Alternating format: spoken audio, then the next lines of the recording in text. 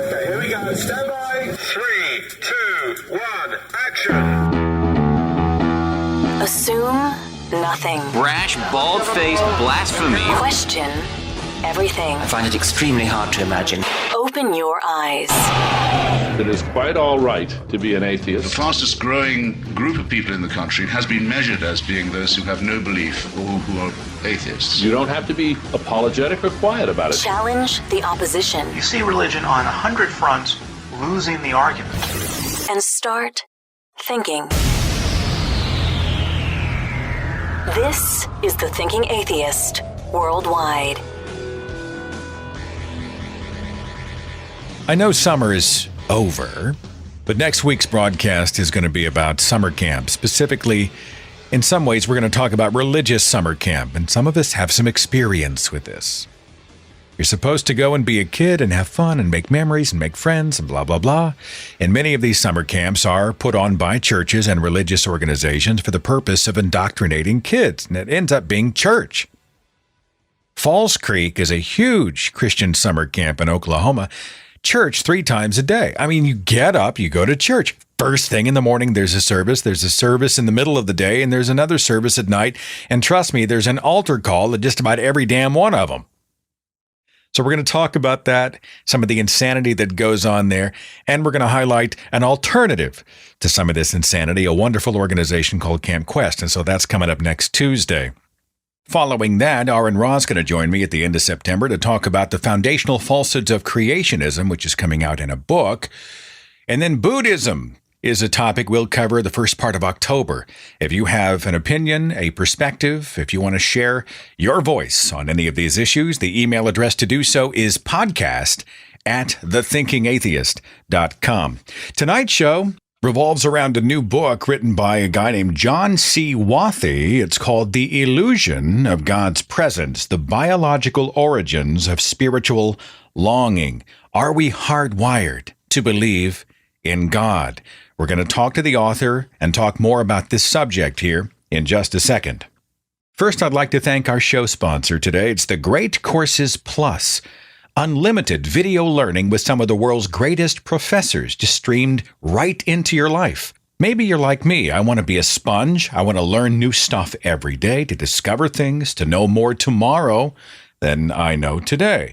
With the Great Courses Plus, your home, your office, your smartphone can become your classroom on a huge host of subjects, everything from astronomy to computer programming, how to have a better memory, fitness, nutrition, photography.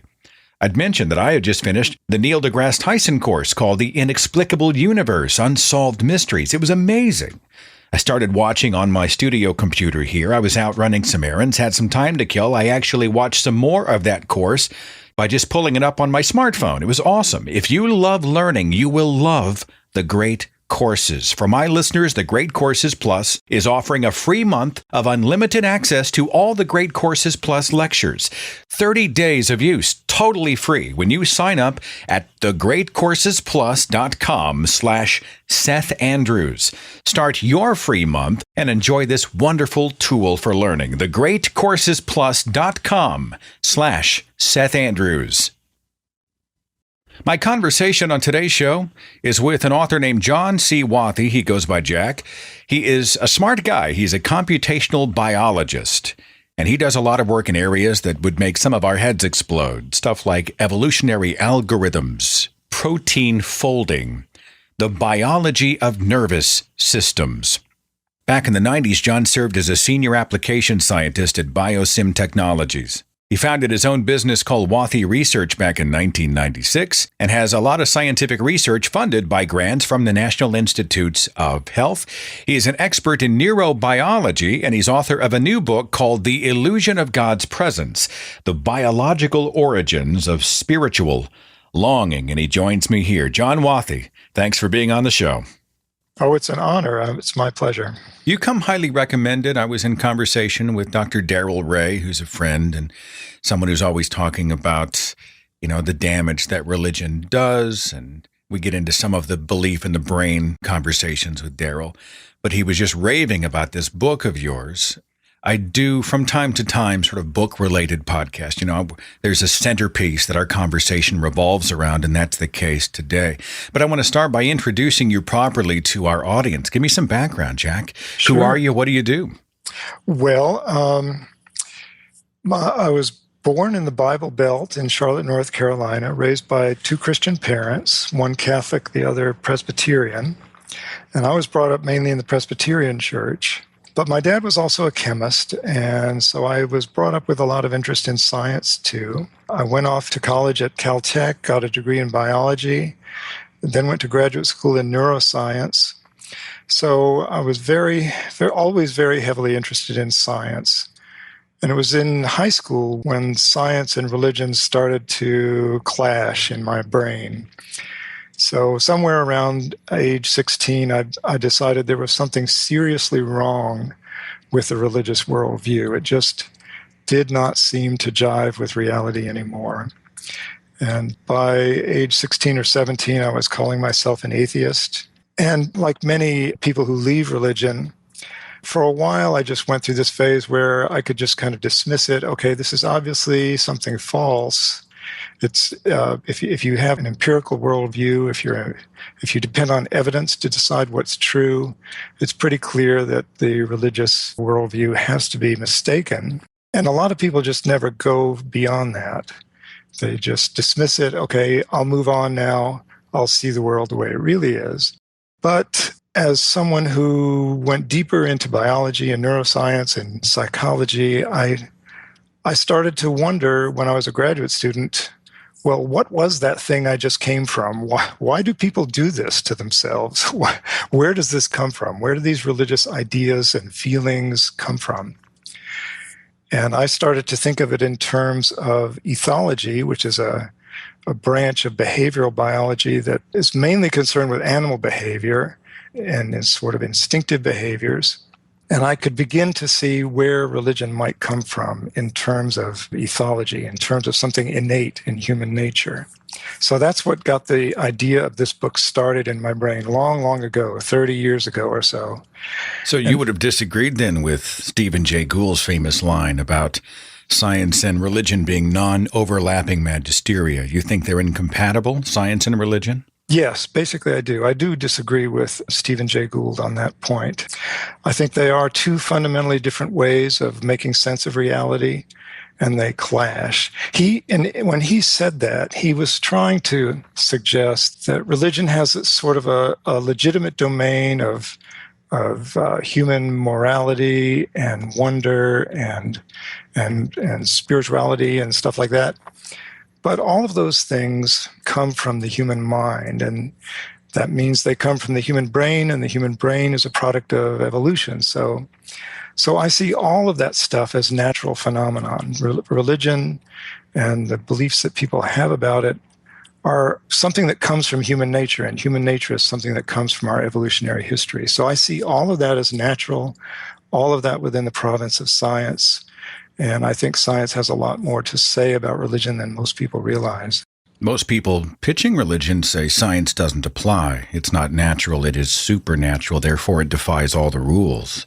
So if you're going to take a scientific microscope to it, it's not really going to work out. Religion doesn't really fit in that bubble, is kind of the argument that I often hear. It's rather convenient, I think, but I'm sure you hear it quite a bit as well. Yes. And it's funny the way people make that argument. Usually they'll say things like, well, God is beyond the reach of science. God is something that is beyond the physical realm, beyond the universe, supernatural, like you said. And when they're saying things like that, what they really have in mind is a God of deism, a God who created the universe and is distant from it and separate from it and doesn't interact with it. And yet, those very same people, most of them, don't believe in such a God at all, because such a God is pretty much useless. A God like that doesn't answer prayers, doesn't love us, doesn't watch what's going on in our lives, doesn't care about us, isn't really a person. It's just sort of a creative force. So if that's the kind of God you're talking about, a God that's completely detached and is just sort of a thing that got the universe started, sure, that's beyond the reach of science.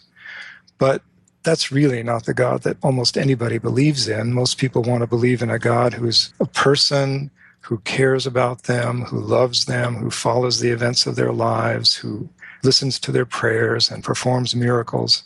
A God like that must interact with the world. And if such a God existed, he or she or it would not be beyond the reach of science, because we would see manifestations of it everywhere.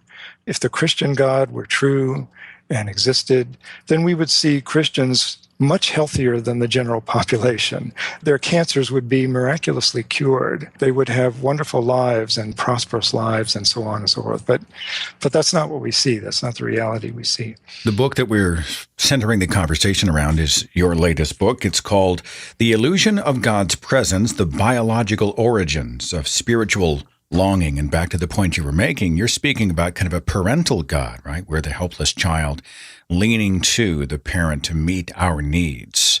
Yes. And that has, in your opinion, an evolutionary origin? Yes, I think so.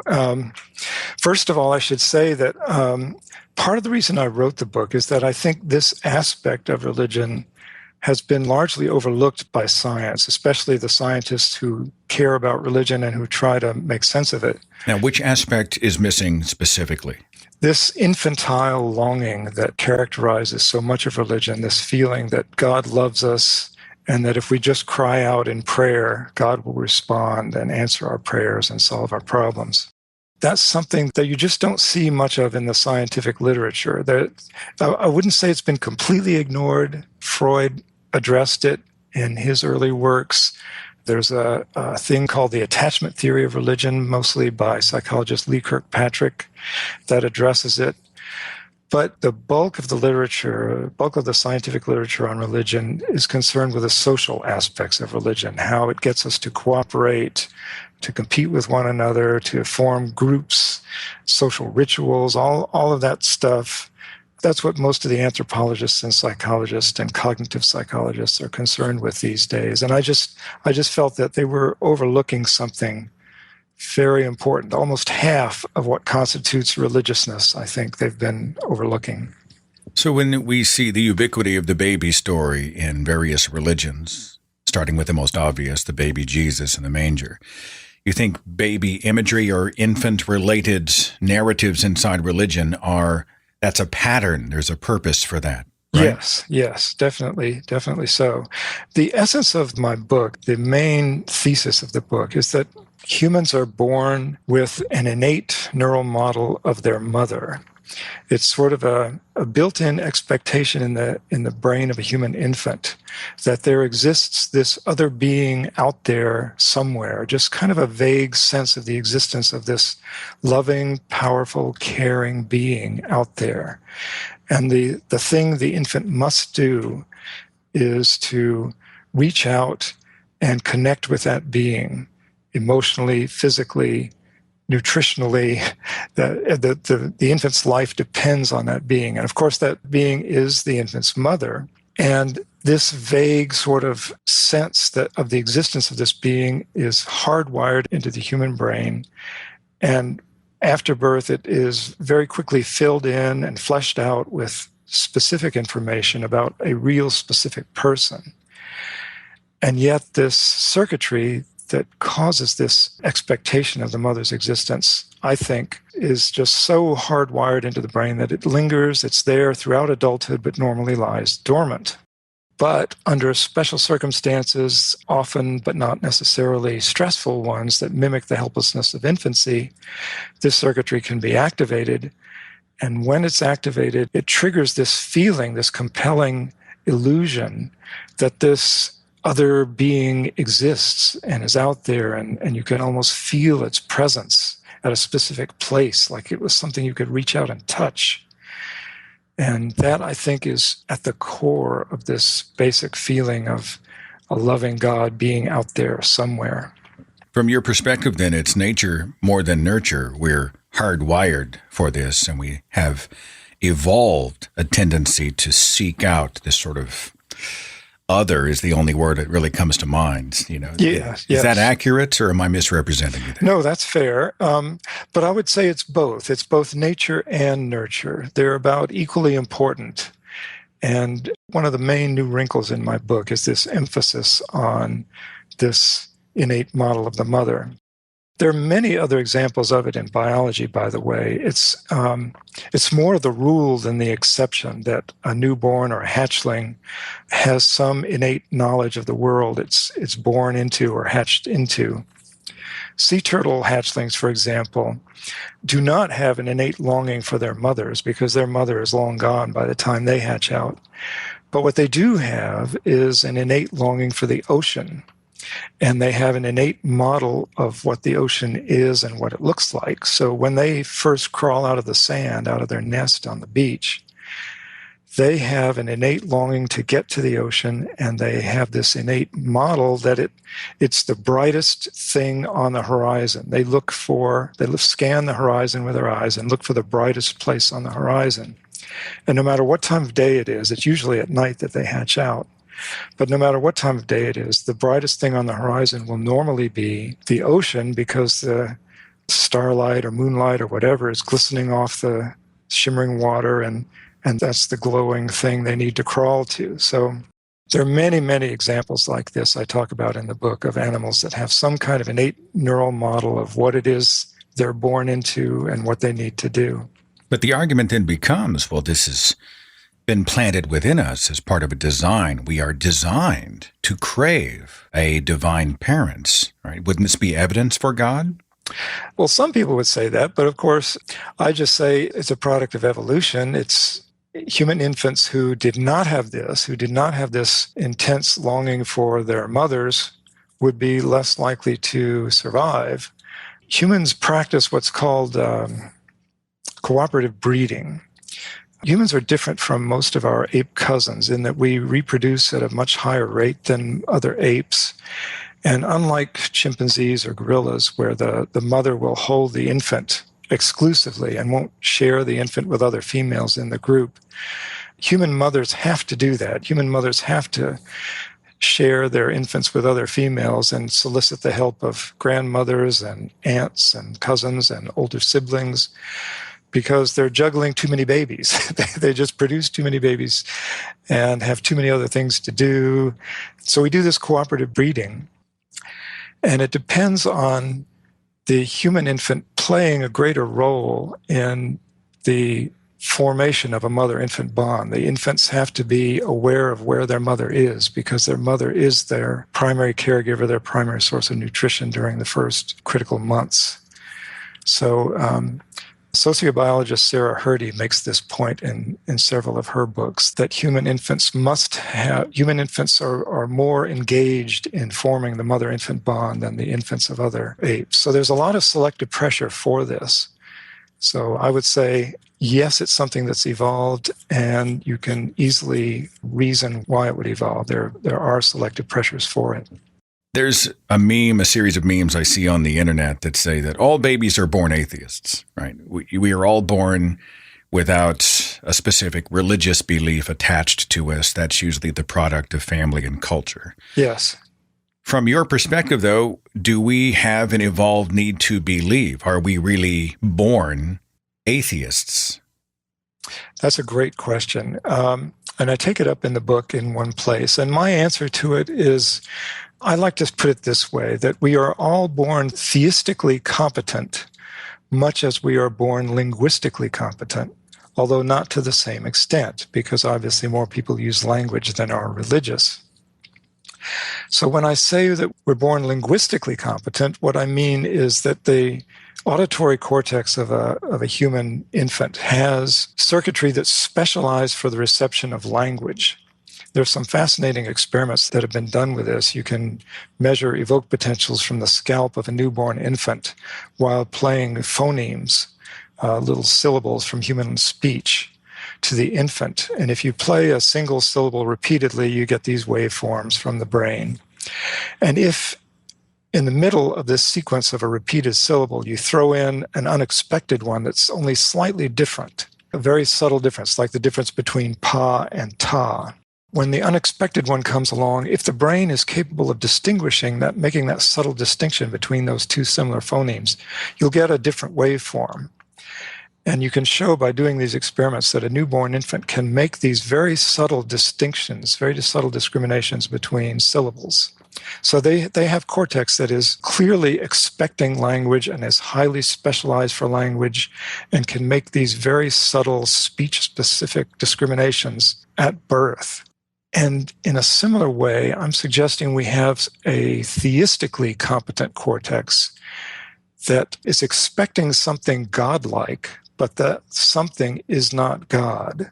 That godlike something that this part of the brain is expecting is actually mother. It's expecting a relationship with this external savior, the mother. And for various unfortunate reasons, it persists into adulthood and can lead us astray into believing in something truly godlike, truly magical. In your book, I think you quote from Matthew, truly I tell you, unless you change and become like little children, you will never enter the kingdom of heaven. Even the scriptures in Christianity and many other religions command us, be childlike and depend on your parent or your father for everything you need. Yes. Religion is dripping with infantile imagery. It's so appealing. It's like I say, it's at the core of these emotions that drive a certain aspect of religiousness. That some of the most successful religions are the ones that appeal to this infantile aspect of religiousness. That people want to feel like little babies with super parents up in the sky who are looking out for them and taking care of them. And it's assuring, though, isn't it? I mean, the idea that no matter how chaotic things are, no matter how crazy things get, no matter how nonsensical it is, someone out there is in control. That's assuring for a whole lot of people. Yes, it is. It's very comforting. And I think it explains some of the time course in people's development of religiousness. Very often people become more religious sort of in their midlife when their parents die and their parents themselves maybe, and they're facing a lot of burdens in life. And suddenly life is a lot more complicated than it used to be back when they were little kids. And it feels comforting to think that, well, maybe I still can be a little kid in a way, and maybe I still do have a parent in a way. Maybe I do have a heavenly Father. And gee, that would be nice if that were true. Maybe it is true. I know much of this it's rather clinical. I mean, it's much of this stuff dealing with belief in the brain and how beliefs and perceptions are formed and filtered. I realize this is not sexy stuff for a whole lot of people, but it's very interesting stuff, I think. And, you talked in your book about agency detection in the human brain, the fact that we tend to assign agency to inanimate things or things we do not understand or specific patterns. Do you want to take a second and talk about how we sort of assign agency to whatever out there? Sure. This is a very popular idea in the cognitive science of religion. It's been around for a long time. You can see it in the writings of Charles Darwin in, I believe it was The Descent of Man, when he was talking about the evolution of human beings. He talks about the origin of religion in these terms, that we tend to, when we see something complex and hard to understand and hard to explain, we tend to think of it immediately as the product of an intelligence, because we are intelligent and we see ourselves making complex things and tools and houses and things. And so if we see something we have a hard time explaining, like the complexity of nature, it's just easy to assume, well, there must be a mind behind that. Some thinking being must have created that. There's good biological reasons for us to do that. Also, when we're wandering through the jungles or through the savannah and we hear a rustling in the grass, should we assume that it's just the wind blowing, or is it safer to assume that it's a predator that might be about to leap out of the grass and kill us? If you make the latter assumption, that there's an intelligence behind this odd sound you've just heard, and it turns out to be a leopard, then you're more likely to leave offspring for the future generations. And so we're just biased to make that inference that there is some intelligence behind whatever we don't understand. I'm talking here with Jack Wathy, the author of the book, The Illusion of God's Presence. You talked a little bit in the book about the deconversion of your wife, right? She looked around thinking there may be agency, thinking there was a God, but for her it was the problem of evil. or the argument from meaningless suffering. Yes. That caused her to reassess and say, hey, wait a minute, this doesn't look like a divine plan to me. And this is probably a common story, yeah? Yeah, I think so. Hers was, she also lost her religious belief at about the same age I did, at around age 16. She was visiting friends of her family who lived in Switzerland. And just by coincidence, when she arrived there, she arrived just a day or two after their newborn infant had died of sudden infant death syndrome. So she walked into this terrible situation where the parents were utterly devastated by this. And she just, it was the first time she had seen anything up close and personal that was that tragic, that painful. And her visceral reaction to it was, there cannot be a loving God if this kind of thing happens. A loving God would not allow this to happen. When the Dan Barker who said all you have to do is visit a children's hospital, and you know there is no, at least no benevolent God. Yes. Yeah, it's a very powerful argument for some people. Not everyone. Some people manage to rationalize their way through anything. But well, it's probably a coping mechanism for mom and dad, the idea that one day they will all be reunited. That's a powerful illusion, for sure. Yes, very much so, yes. Are we getting some kind of a drug hit? I mean, is our brain giving us a pleasure boost when we believe in superstitious things? I mean, do people genuinely get high on God? Have you gone into this at all? A little bit, yes. More so in my second book, which is still in progress, than in the first one. But I briefly mention it in, I think it's chapter 13, in The Illusion of God's Presence. Well, you say in the book, God's presence is a drug-free hallucination. But I was thinking to myself, well, is the mind producing the drug, the chemical boost for you? Yes. I think there's something to that. There's a part of the brain that's involved in reinforcement learning called the nucleus accumbens. It's part of the reward pathway, and it's this sort of the epicenter of drug addiction. It's the part of the brain where most addictive drugs exert their effects by increasing the concentration of dopamine. And I have reason to think that that's probably also involved in a lot of religious experiences, especially the intense longing for this mystical other. The evidence is kind of indirect at the moment. I don't think it's been adequately studied, but in the book, the evidence that I draw on has to do with the behavior of rat pups, newly born rats.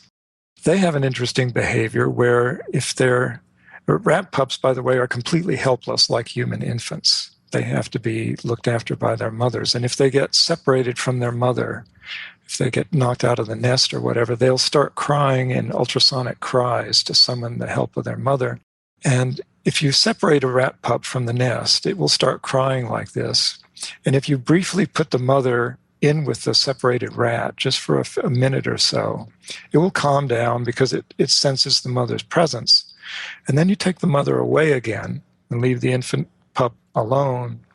It will start crying again, but now at about double or triple the normal rate, the rate at which it had been crying before. So it's as if having a brief sensation of the mother's presence gets the infant's longing for the mother boosted. It gets it amplified. So now the infant is crying even more than it was when it was first taken out of the nest. And if you look, because now we're talking about rats and not humans, you can do experiments with rats that you cannot do with humans, like injecting things into the brain and so on. And when you do experiments with these rat pups, you find that the part of the brain that's critical for this behavior, this acceleration of the crying in response to the mother's presence, that is the nucleus accumbens. That is the epicenter of drug addiction. So it's almost like the rat pup is responding to the mother's presence as if it were a cocaine dealer about to give them a hit. It's something they're longing for the way a drug addict longs for the drug. So in that sense, the attachment between infant and mother is a very powerful, almost addictive-like attachment. And I think the attachment between believer and God may be an addictive-like attachment. So the next question then becomes, what's the harm? Come on, it alleviates my fears, it calms me, it soothes me, it gives me a sense of purpose. I get a hit, I feel pleasure. What's the problem if I want to believe in God? Yeah, that's a great question. And I think for many people, it's not only harmless, relatively harmless, it may even be beneficial. I've met people who have had very hard times in life. I've met people who have suffered a great deal, and the feeling that there exists this loving God who's taking care of them and looking out for them gives them so much comfort and stability that it really makes it possible for them to get through life, whereas without it, they might not be able to. And for people like that, I have no problem with them being religious or spiritual. I think it may be a good thing and a necessary and a helpful thing. So the problem, though, is when it results in something actionable. I mean, normally this belief doesn't exist in a bubble. They have offspring of their own. Then they download this sort of magical thinking to their kids. Yes. Or, they participate in the world using sort of their God glasses, seeing everything through a God filter. Then it becomes a disconnect from reality. That is a problem. Yes, exactly. And that was going to be my next thought, that this kind of sort of therapeutic aspect of religiousness or spirituality is fine as long as you don't try to force it on anybody else. The problem is that most people who are religious do end up forcing it on someone else, almost always their own children, if they have children. Yeah, religion is propagating, right? It only survives if it's, I don't know, do you call religion a virus, the God virus, like Dr. Darrell Ray does? Or? Yes, I talk about that a little bit in my chapter 3, and I think that's a legitimate way to think of it. It does sort of propagate mind to mind. It has that quality to it. I think that's a legitimate and useful way to think about it. Jack, since you're plugged into neuroscience and this is one of your interests, have you followed the God helmet? It's been around for years and years, the work of Michael Persinger, the neuroscientist, and this helmet that they put on their heads, the heads of a subject, and stimulate parts of the brain, I guess using magnets. I mean, have you dipped your toe into these waters? What do you think? I have, and again, that's something I talk about in my second book. But I'm very skeptical of Persinger's work. He's an interesting guy. He's a little eccentric. And the main thing, though, that makes me skeptical of him is that someone else, another group in Sweden, tried to replicate his results. And they collaborated with him. They tried to duplicate his equipment and settings and tried to make their setup the same as his as closely as they could. And what they found was that the magnetic fields had no influence whatsoever on whether a person reported a sensed presence in this isolation chamber where they have the subjects. People did report having sensed presence experiences, but the only factor that correlated with that was the suggestibility of the subjects, not whether or not the magnetic fields were on. So this is reporting by the subject, a subjective verbal account of what they think they feel. This isn't a hard measurement of the brain itself. That's correct. That's correct. So essentially, it's just eyewitness testimony is what they're having to go with. Yeah, pretty much so. And that's pretty much what Persinger has to go with too, except that he claims that when he flicks the switch and turns on these magnetic fields, that it increases the probability of these experiences. But a separate study failed to replicate that. And another point that should be made is that his method of inducing magnetic fields into the brain is very different from what most neuroscientists use who do magnetic stimulation. It's about 1 million-fold weaker than the magnetic field strength necessary to induce a visual spot, a visual illusion in visual cortex, or muscle twitching in motor cortex. So that raises some alarm bells. It's a very unconventional, very weak magnetic stimulation. I used to invoke the God helmet story a lot more when I first got into, the movement, when I was first speaking out against the subjective nature of belief and how we each have our own gods and they often look like us kind of thing, And but the more I began to see the criticisms and the skepticism of, well, no one else can really replicate this, and it's not necessarily being accurately measured. I don't really do it anymore, but I am fascinated by the idea of having parts of the brain stimulated with magnets and sensing a presence in the room. I mean, it is fascinating stuff for sure. Yeah, oh, yes, very much so. And I don't dismiss it in principle. It's entirely possible that it could be made to work. I'm just not sure that Persinger has accomplished that. What do you want to accomplish with the book? I mean, what is it? Are you trying to speak to Christians to reveal to them that your brain may be tricking you? There's even a section of the book called Trick of the Mind. I mean, is this the end zone, or is it for the general population? I mean, who are you going for? I'm definitely trying to reach a general readership. The book is not written for academics, although I've tried to write it to a very high standard of scientific scholarship. And if any academics want that aspect of it, if they want to see the scientific literature that's behind my ideas, I push all that into the endnotes. So it's there. I mean, it's something the layperson can really get into, but it's a thick little number you got here. It's not book. A light read, you know what I'm saying? Yes. It's kind of a thick book, but it's only 300 pages of the main text. It's got a lot of endnotes and references, like I said, for the academics, but the normal people don't have to read that. I've tried very hard to write it in a way that's reader-friendly and fairly jargon-free, and where I have to use technical terms, I try to explain them and define them. But the people I had in mind when I was writing the book are mainly people like me who got out of religion, who were separated from it and could see it as false, but were still puzzled by it. What is it that makes us do this? Where does this come from? Why do humans do this to themselves? But also, I wanted to reach believers who are wrestling with doubt. I'm very empathetic towards people like that because I was in that situation myself once, and I appreciate that people who are committed believers are very hard to reach, that humans are very skillful at rationalizing almost anything to fit their preconceived notions and their beliefs. But once that starts to break down, once you've had the experience like my wife had with seeing the sudden infant death syndrome, or had some prayer that should have been answered that was not answered, some terrible cancer or other disaster in the family, when your worldview is shaken, and you begin to face the possibility that, okay, maybe this isn't true, then you need help. Then I think you could use a little help, and I've tried to provide that to people who are wrestling with that kind of situation. This is a movement so often, I think, in need of empathy. We have the data, we have facts, we have evidence, we have all this ammunition that we bring, but so often we just forget to bring empathy and compassion into the discussions. I've seen many people assert outright religious people aren't just victims of bad ideas, that they are operating with damaged brains. They're brain-damaged people. And of course, I was once a believer myself. I resist the idea that, I was brain damaged.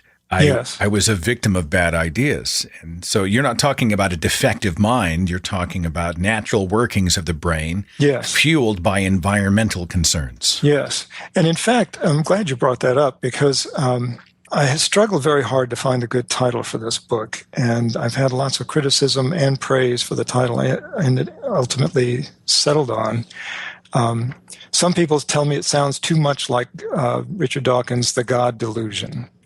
But I specifically chose the word illusion rather than delusion, because delusion suggests exactly what you were just talking about, a defective brain, some schizophrenia or something. And I strongly disagree with that. You can find schizophrenics who have religious delusions, but most people who are religious are not that. They're people with normal, healthy brains who are experiencing an illusion, not a delusion. And I talk about a thing called cognitive impenetrability, which is an aspect of many, many kinds of illusions, not just a religious one, but sensory illusions like the Ames room, where you see this, what looks like a normal rectangular room with two people standing in the distant corners, and they can be identical twins, and one of them is half the size of the other. And if they walk across the room and change places, you can see them shrinking and growing as they change places. So if you see this illusion, and even if you know how it works, you completely understand the illusion, even if you built the room yourself with your own two hands, you still see the illusion. And this is what psychologists call cognitive impenetrability. Our conscious understanding of the workings of the illusion are not enough to penetrate the illusion. So I think this illusion of God's presence is that kind of illusion. It's cognitively impenetrable. And once you've experienced it, it's very hard to see it as anything other than real evidence for the existence of this mystical, godlike being. There's a show I enjoy on Netflix. It's called Brain Games, where they talk about perception in the brain and memory and how easily we are fooled. And I'll tell you, after watching a dozen or so episodes of Brain Games, I just look around and think, perception isn't reality necessarily. Yes. I mean, we are easily fooled. I mean, our brains are hugely useful, certainly. But those who know how to manipulate the system, certainly those who are pitching some sort of woo, or, you can see how the mysticists and the prophet preachers and those who know how to manipulate the eager and the vulnerable and the gullible, you can see how they can manipulate perception to sell reality, quote unquote reality. Oh, yes, very much so. The human brain takes a lot of shortcuts to make sense of reality, to interpret the world around us. And if you know what those shortcuts are, you can trick the brain very easily. And if you know that someone's trying to trick the brain, perhaps you can reason your way past. And how do I even phrase that, Jack? If you're aware then that these tricks exist, perhaps it's a preventative measure to keep yourself from being duped. Yes, I think so. And it's not just sensory illusions that are involved here. We have a tendency as human beings to decide what's true or false based on intuitive feelings. That's kind of the natural mode we work in. We depend on intuitions a lot to make decisions. What foods are appealing, what foods are safe, what foods are not, what people we should choose as friends and whom we should marry. Those very complex decisions are so complex, so many factors go into them that we can't really reason our way to a decision. And very often, when we're trying to make a decision like that, an answer will just come to us, and we'll suddenly wake up one morning and say, oh yes, this woman, Sally, that I've been dating, she's the one, I'm going to marry her. I just know this is going to work and this is going to be right. And very often it works out. That kind of decision-making based on intuition comes from the unconscious mind. We have a whole lot of stuff going on below consciousness that we're not aware of, where all kinds of things and factors are being weighed and compared, and we just get this emotional feeling that wells up into consciousness. It gives us a decision. And that works for a lot of what we have to do to survive. But the whole point of intuition is just that. It's survival and reproductive success. That's what it's aimed at. It is not aimed at optimal truth-finding. So if you start using intuition for truth-finding to try to understand how reality really works, you're likely to be led astray.